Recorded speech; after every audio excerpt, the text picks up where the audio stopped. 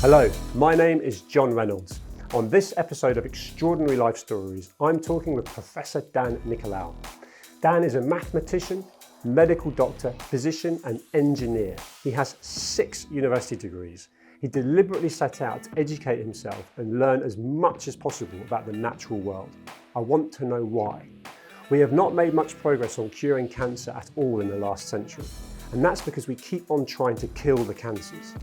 Dan's work focuses on trying to diffuse it, like we do with organised crime. I've never heard of cancer being compared to the mafia. His groundbreaking work focuses on cancer is not your enemy. Hey?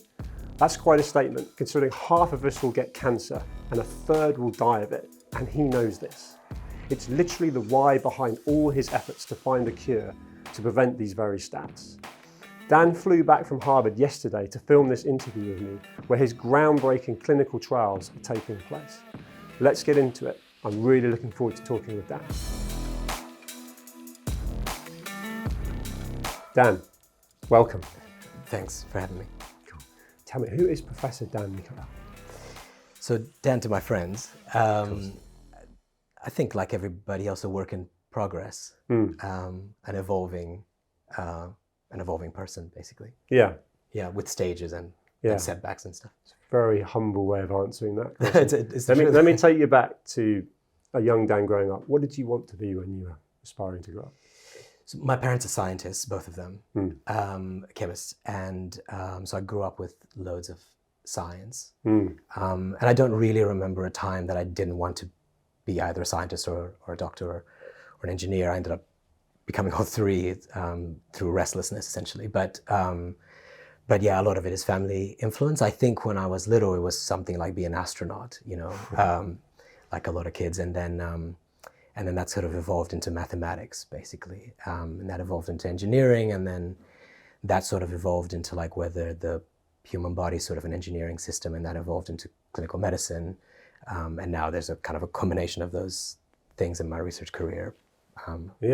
Broadly. But having all that education in that space and then joining dots in that space makes you pretty formidable, in terms of what you do now. Yeah, so I think people used to do it in the Renaissance. We talk about Renaissance man or Renaissance person. It was possible because there was less knowledge to be had. Yeah. So you could be, a person of state and a scientist and a physician.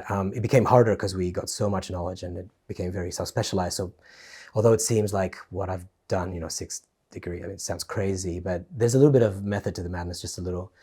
And it's about, could you recreate a Renaissance person in the 21st century? Because we do have a lot more tools at our disposal for learning.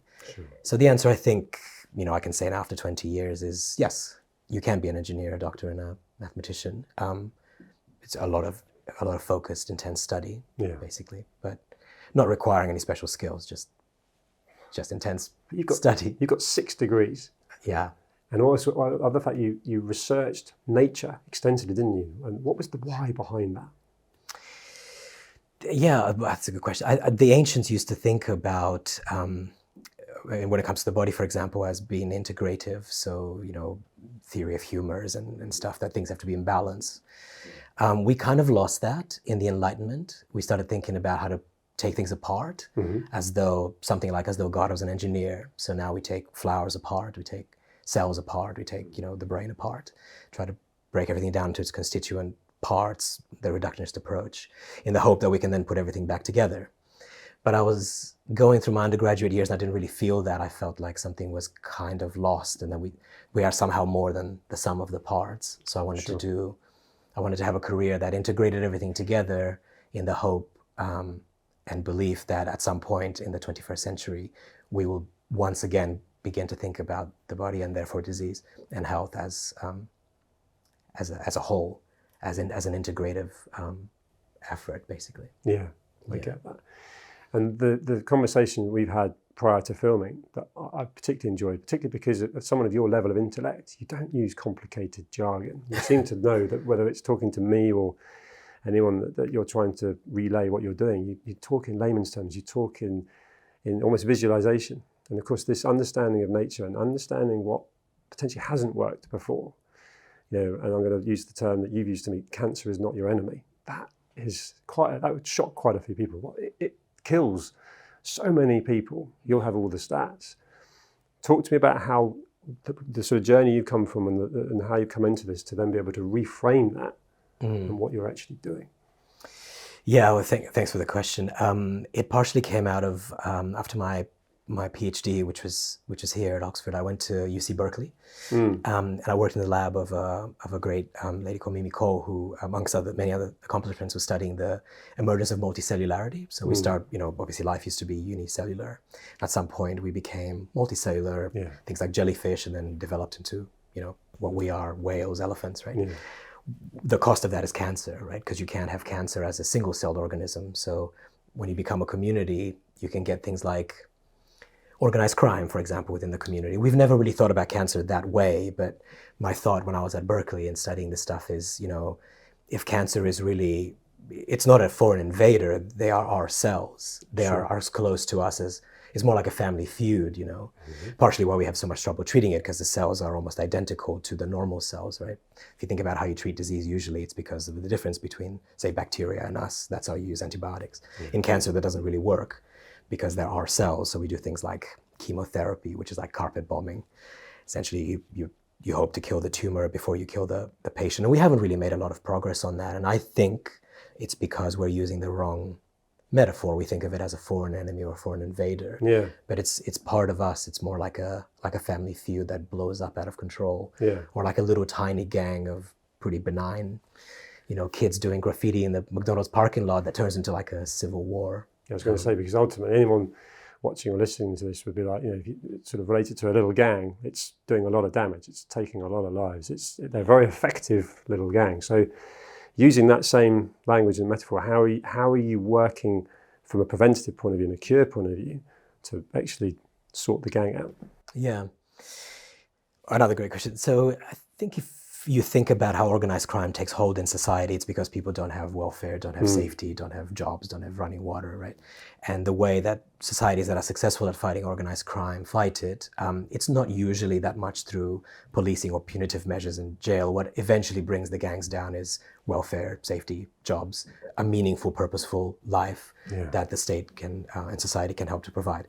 So the counterpart to that in cancer therapy would be, there are a lot of things, but for example, something that we're working on at the moment is a grant to implant little chips inside tumors and see if they have electrical activity, kind of like a little brain, what we've been calling protocognition. So as the cancer grows, it probably has a basic form of cognition, not like we have, but trying to represent its world, our interior, and trying to survive. It doesn't want to kill you because it dies with you. So in that respect, it's not an enemy. So one thing we can do is just try to listen to the signals it's sending internally, see if it has like a very basic language, see if we can kind of talk back a little bit. That's kind of sci-fi stuff. Sure. That's one thing. Something else that we learned in the pandemic, for example, from COVID, is that a lot of the damage that it does and a lot of the deaths that it causes are through the immune system over-responding. And if you use things that calm down the immune system, paradoxically, you may be able to prevent most COVID hospitalizations or deaths simply by just chilling out, if I can use that expression, the immune system. So the hope is that will work with cancer as well, and indeed many other diseases. Yeah, so actually through obviously a very difficult situation, the pandemic, some of the learnings from that are actually helping everything you're doing into the cancer side of things. Oh yes, we learned an enormous amount.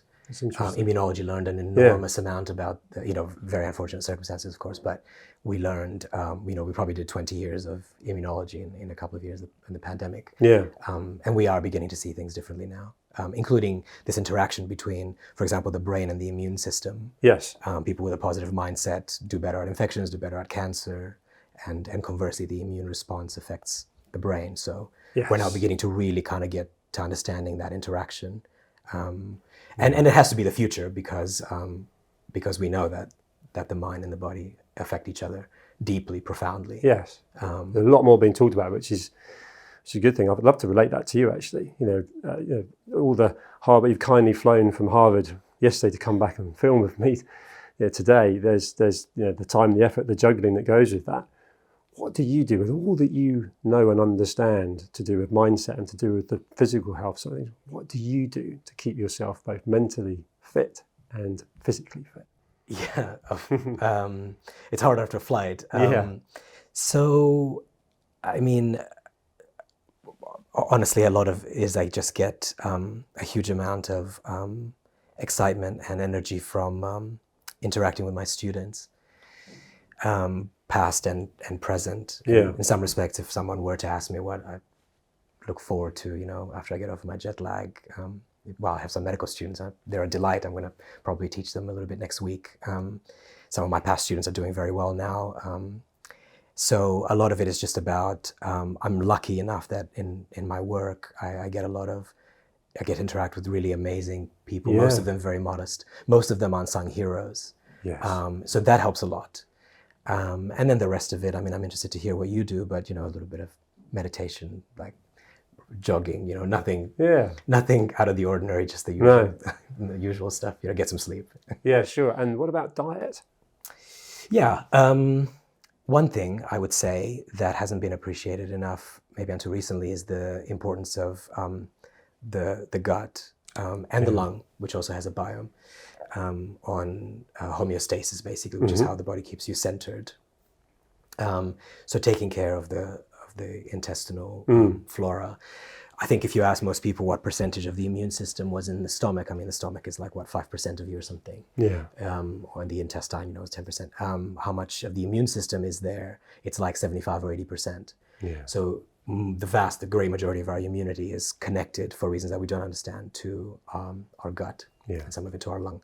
So taking care of the community down there.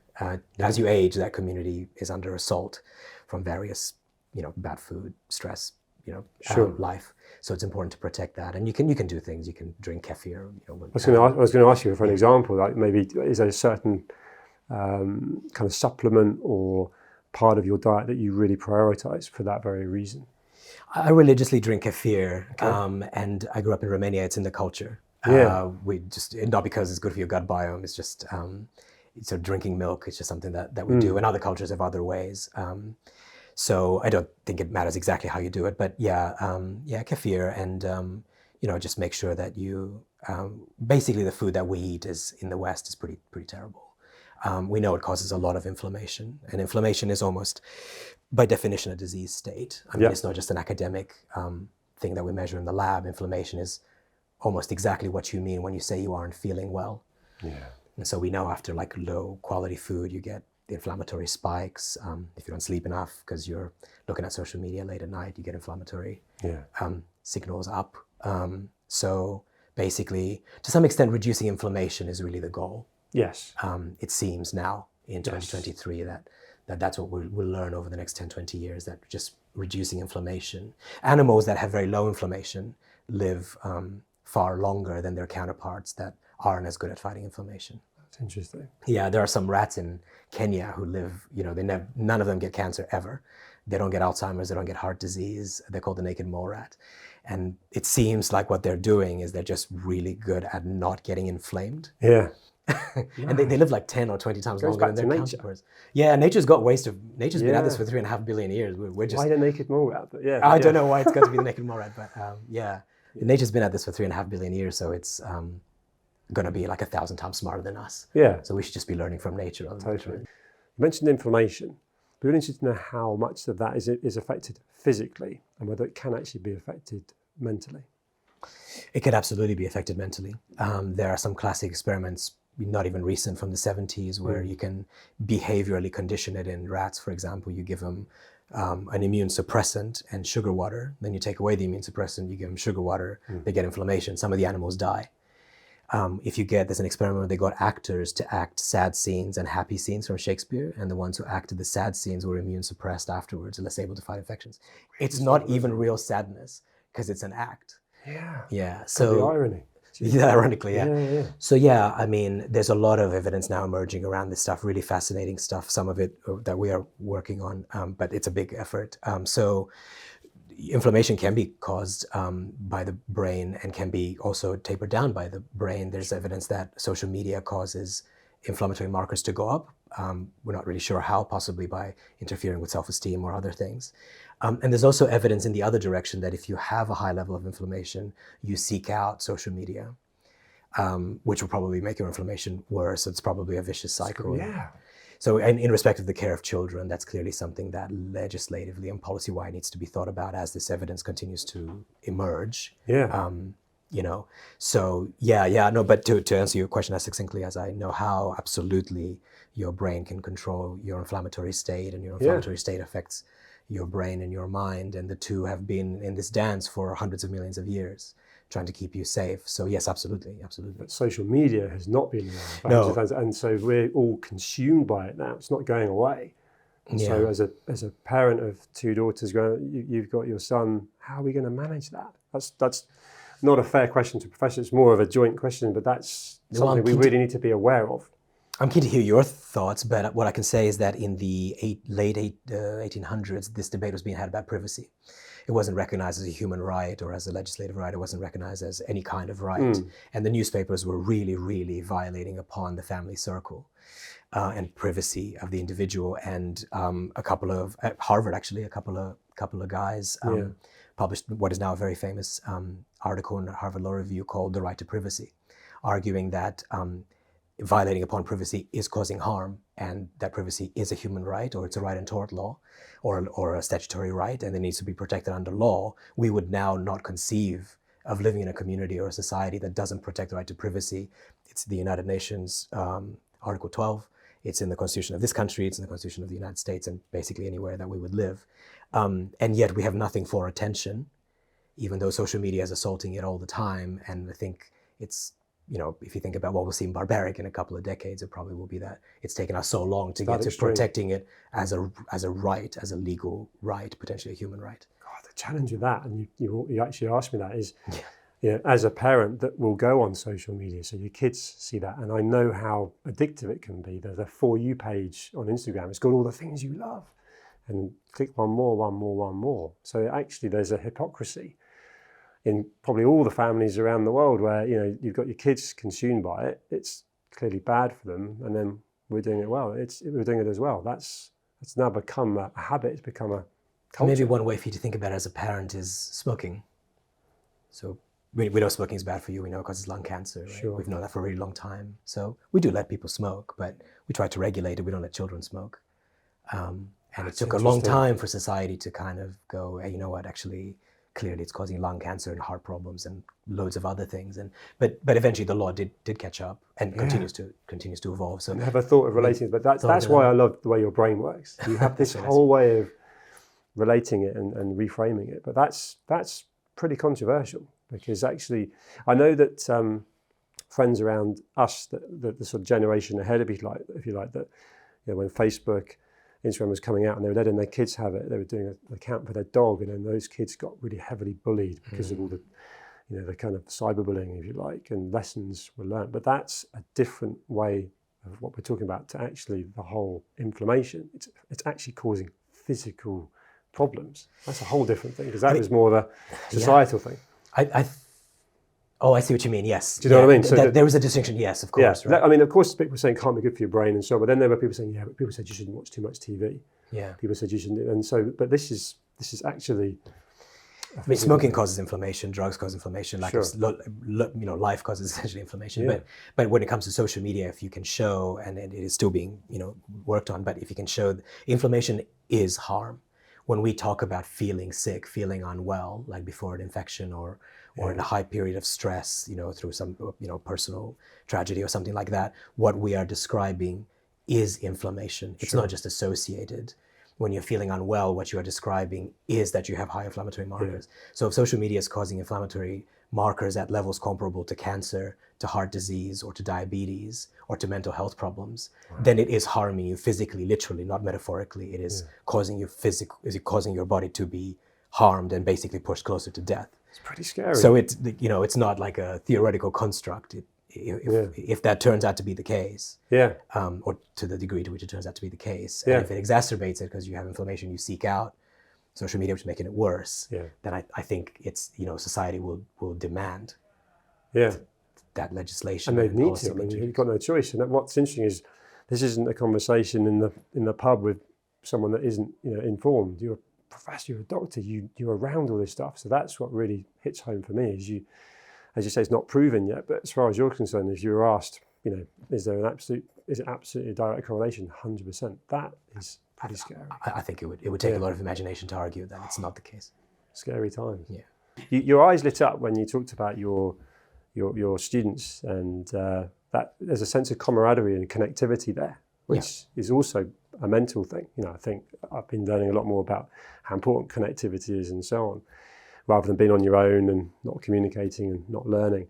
Do you really enjoy that nurturing side of things and that sense of community where you're all learning off each other? And did you get brought up around that? Yeah, I mean, I really do. A lot of the time in universities, people sort of think about teaching as kind of a nuisance because it takes you away from research, takes you away from more the posher things that promote a career. But my dad, who's a professor, has this analogy that teaching and research are like the hull and the mast of a ship. Mm-hmm. You want to put all the sails up because you go faster. That's research. But if you don't have a deep hull, the boat capsizes or dysfunctional. Yeah. Got to be in harnessing and in tandem. You need both. You need a balance. Yeah. So the teaching, I find it. I mean, it's I live for it, for the interactions, and to some extent, it's a selfish sentiment, right? Because I get to feel like I'm helping.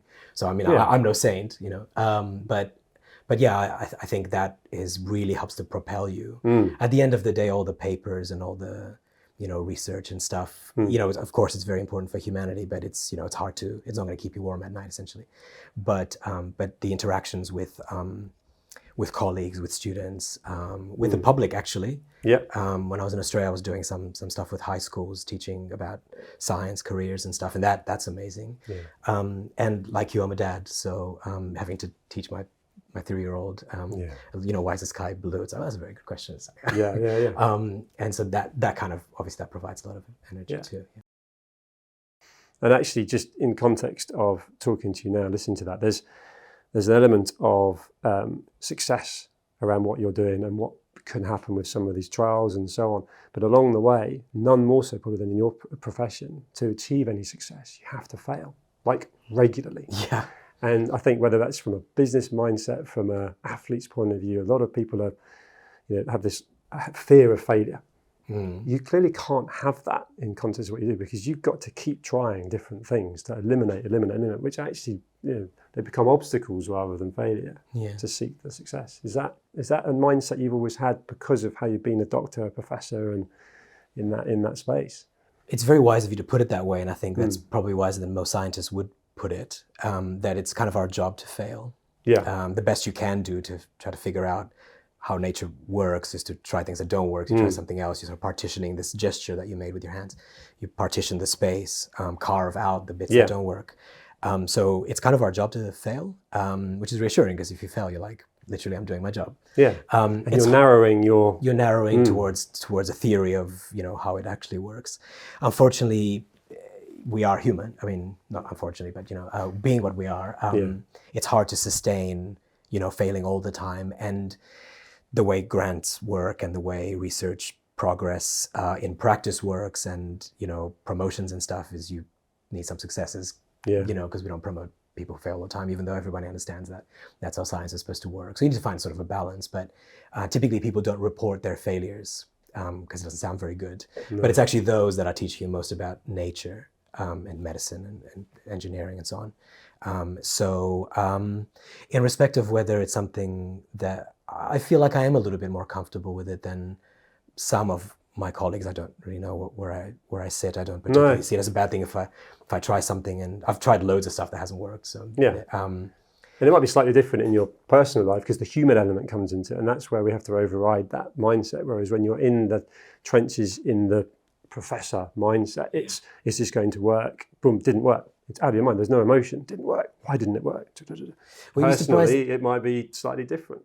So of course, personally, it's different. But even professionally, you become quite attached to your theory. I mean, people lose sleep over it. I lose sleep over it. Sure. This cancer thing that we're talking about, this grant that I'm putting in with some colleagues from here and from Europe, there's a lot of emotional energy that's gone into this. Reputational side of things as well? To some extent. Yeah, of course. Creates Of course, particularly as you get to sort of like the middle of your career where you can't quite it's harder to fail because you sort of have more responsibility. Yeah, and I stuff. get that. And you're I'm a not. dad now, and all, There are things. Yeah. So no, people become very attached, and you'd be surprised some of the feuds in science between scientists of competing theories, and a lot of it's emotional. Okay. Because they should be, whatever the truth is, they should be totally chilled out about it, but that's not really what happens. So people become very, very attached to their ideas, and indeed, I think it's necessary to do that in order to sustain yourself, because it's a hard career. Yeah. Especially if it's medical research. So if you're a doctor and a scientist, it's the only way you could sustain that level of energy and effort for decades on end is by being emotionally involved, much as personally. Yeah.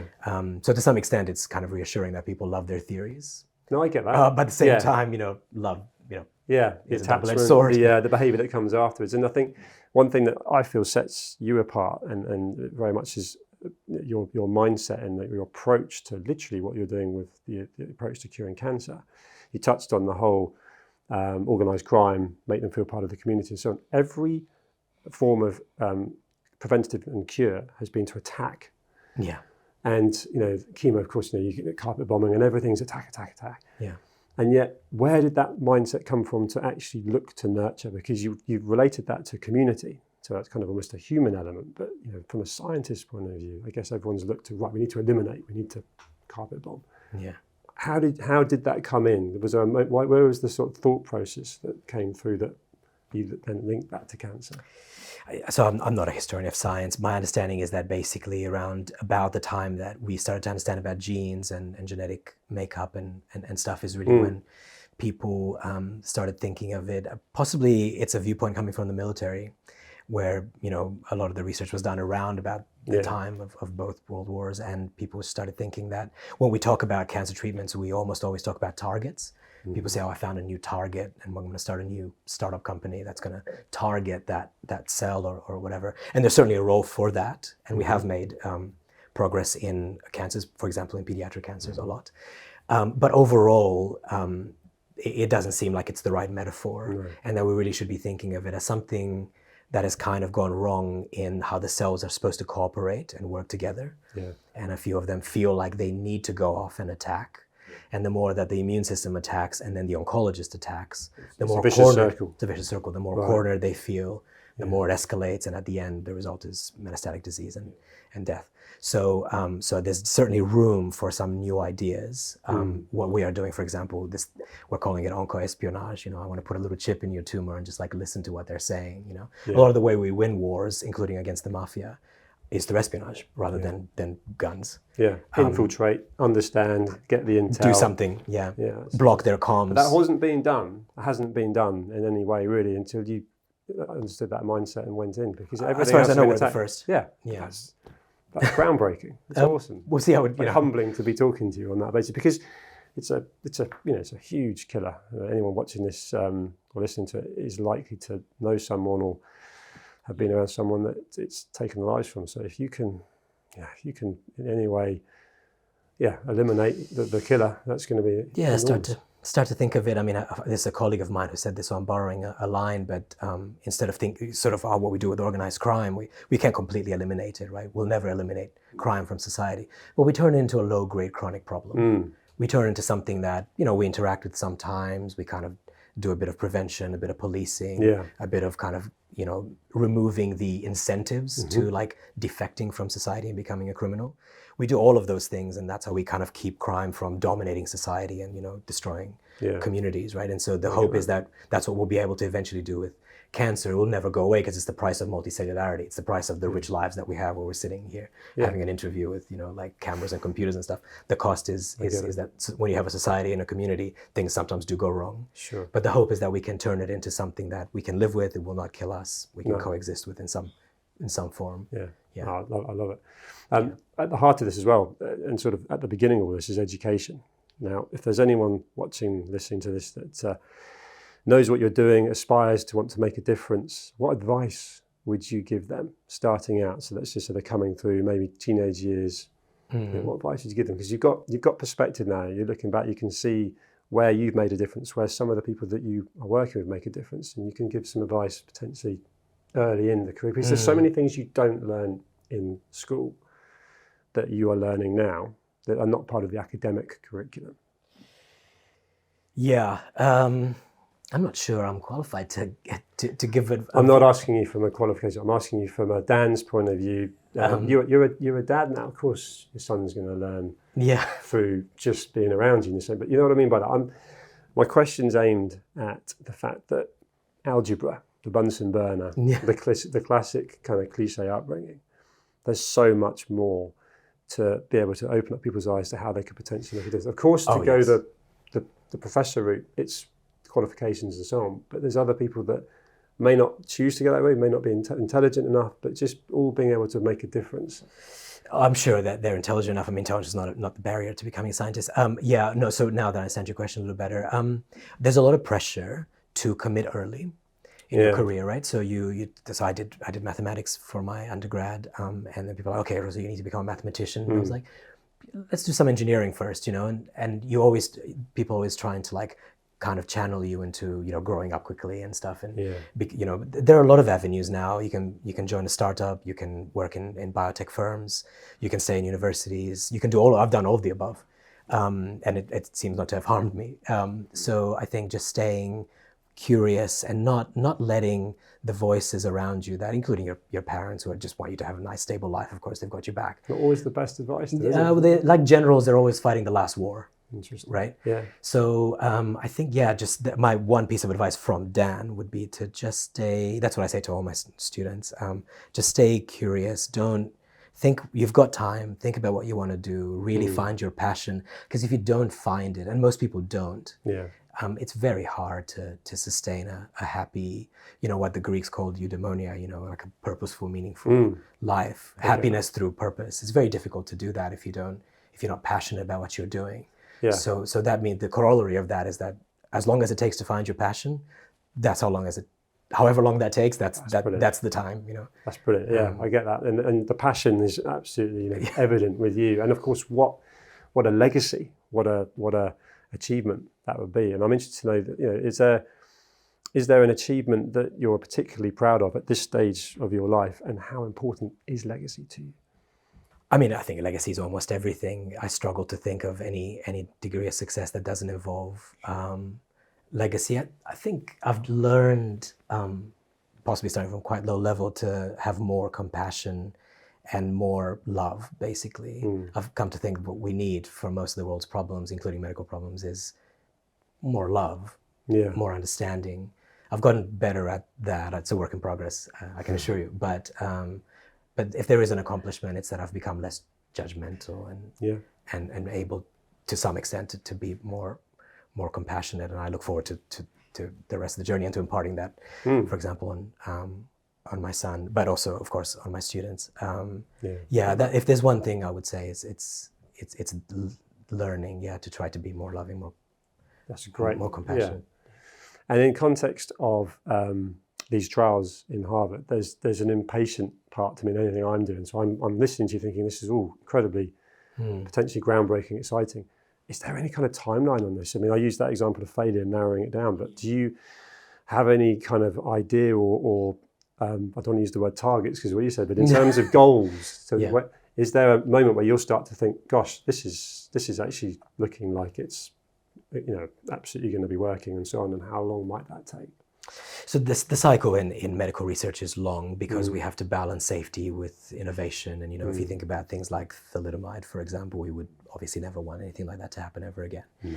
So there's a balance. You have to try to go as fast as you can, but it also has to be balanced with so you start in mice, then you move on to, eventually do it in humans. It isn't quick. But the good news is that it's getting quicker. Things like AI, a lot of the biotech techniques and lab techniques we have now are making things go a lot faster. I would be disappointed if in half a decade to a decade from now we don't have some solid evidence that we can deal with a large body of tumors, a diverse body of tumors, by using some of these ideas about listening. Is there a basic language? Can we interfere with their communications? Can we remove some of the incentives for being invasive or being aggressive? Can we do something other than carpet bomb, incessantly? I would be disappointed if in 5 years from now there isn't, a concrete thing there, and if in 10 years from now it's not, being used widely in the clinic, so it's not long, right? Which on the basis of the last, say, 100 years and how much yes, we've improved and saved people's lives, it's nothing. So that's actually really encouraging. That's exciting. I'm glad to hear you say that. So I thought you might be disappointed by it. I have read. Well, from an impatient point of view, there's people that could be watching this now, and that's the sad thing. They need it now. But as long as it's coming, as long as it's pointing in the right direction, and you're clearly, I feel guilty taking your time and sitting with you talking now, because it's just amazing what you're doing. But there's a huge amount of work going into cancer worldwide with massive amounts of funding. We're very good at it here in Britain. They're very good in the US. There are other places around the world. And I think we can hope that within this century, next 20, 30 years, that it'll be cured in between inverted commas. I mean, we'll never completely get rid of it because, like the community, things will always go wrong. Yeah. But that we'll be able to approach a level where we start to think of it sort of how we think about diabetes now, like something you have to live with and something that you might die with, but not of. I get that. Managing it. Yeah, just something manageable. I think that's the hope for the next 20, 30 years within our careers. Yeah. I've learned so much talking to you. Likewise. I've been so looking forward to it, and you flew in especially. You're an extraordinary person. So thank you so much for coming to talk to me. I really appreciate it. The pleasure was mine, I'm sure. Cheers. Thank you. Cheers. Thank you.